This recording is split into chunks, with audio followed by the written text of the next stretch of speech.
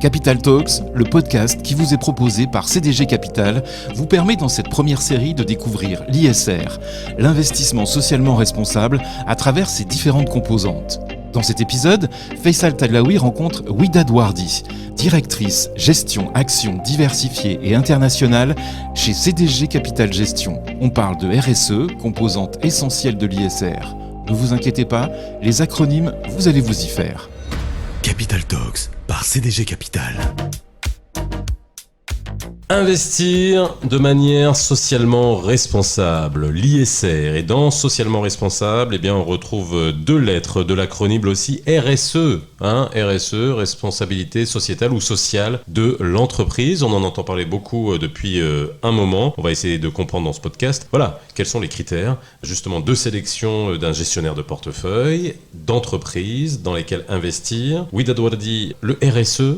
C'est quoi ? On a beaucoup de conceptions qui sont véhiculées par les entreprises, mais pour vous, si vous deviez nous résumer la RSE en quelques mots, ça serait quoi ? Alors, une entreprise engagée dans la démarche RSE, c'est une entreprise qui tente à avoir une contribution positive au développement durable de manière générale, et ce, à 3 niveaux. Alors, d'abord à l'égard des salariés, ensuite à l'égard de la société, et enfin à l'égard de son environnement. Alors, quand on parle d'environnement, c'est environnement direct, c'est le vert, c'est quoi ? C'est la pollution ou essayer de le contenir tout ça, ou alors c'est vraiment avoir un impact sur l'environnement économique, son environnement direct. Les deux, en fait, il faut tenter à pérenniser aussi bien l'environnement direct que l'environnement de manière globale. Donc, comme vous l'avez bien cité, le vert, l'économie d'énergie, etc. Alors, quels sont les critères RSE qu'on peut avoir au sein d'une entreprise? Encore une fois, pour pas que... Il y a beaucoup d'entreprises qui vont dire oui, voilà, pour la façade, on est RSE, voilà ce qu'on fait. Mais aujourd'hui, c'est une vraie démarche, la RSE. Il y a des codes, il y a une classification, il y a une nomenclature, il y a des labels. Comment on définit une entreprise RSE? Alors, les différents filtres qui sont appliqués pour choisir une entreprise socialement responsable gravitent autour de sujets très bien définis. Alors, d'abord, la gouvernance et l'organisation de l'entreprise, les droits de l'homme, les relations et les conditions de travail, l'environnement, la loyauté des pratiques aussi, un point très important, les questions relatives aux consommateurs, et enfin, les communautés et le développement local. Donc, il s'agit vraiment des principaux filtres appliqués aux différentes démarches RSE. Alors, justement, il y a des gestionnaires de portefeuille qui vont essayer de conseiller, investir dans l'ISR et donc dans des entreprises RSE. Mais bon, pour faire ça, il faut être aussi RSE soi-même, non ? Vous avez une démarche par rapport à ça ?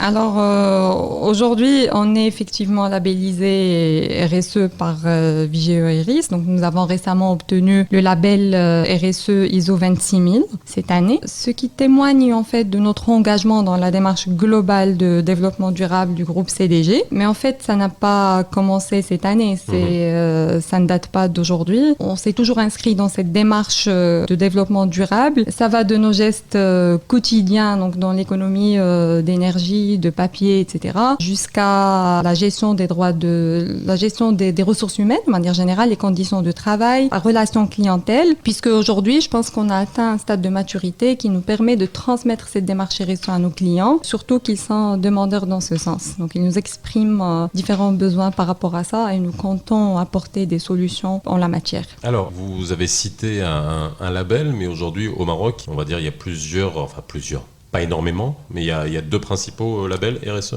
Exact, il y a le label VE, il y a le label CGEM également. Donc, c'est les 2 principaux labels qui existent au Maroc. Alors, on va parler de performance, mais alors d'une performance un peu particulière. On ne va pas parler de performance financière intrinsèque à ce qu'on pourrait attendre d'un investissement, que ce soit dans un panier d'actions, d'obligations ou dans une entreprise. Ma question, elle est simple. Il y a la notion de performance financière et performance extra-financière. Et aujourd'hui, une entreprise socialement responsable, vous la jugez de cette manière, sur ces 2 volets ? Tout à fait. Il faut parler de performance globalement. Malheureusement, la performance a longuement été appréhendée sous l'angle de performance économique, et donc évaluée à travers le seul langage financier, donc à travers des indicateurs financiers. C'est le seul critère qu'on avait à un moment donné. Est-ce que cette entreprise rapporte ou pas ? Quel est le taux de rentabilité ? Basta, quoi. Effectivement, mais en fin de compte, si une entreprise nuit à son environnement, on s'est rendu compte que finalement, elle n'est pas génératrice de performance globale. Donc, on a commencé aujourd'hui à s'intéresser à une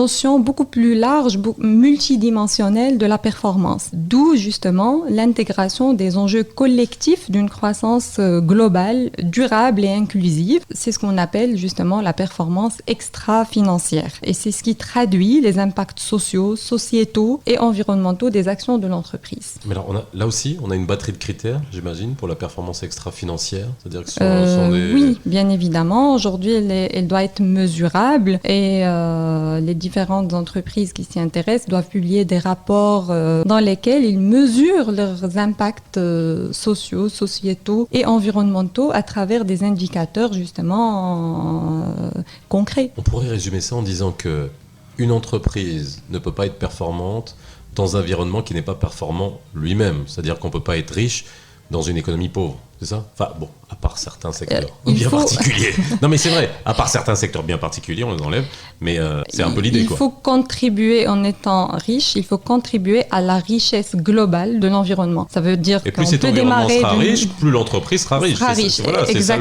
exactement. C'est ça la logique, quoi. C'est clair. Merci, Ouida Douardi. Merci à vous. Capital Talks par CDG Capital.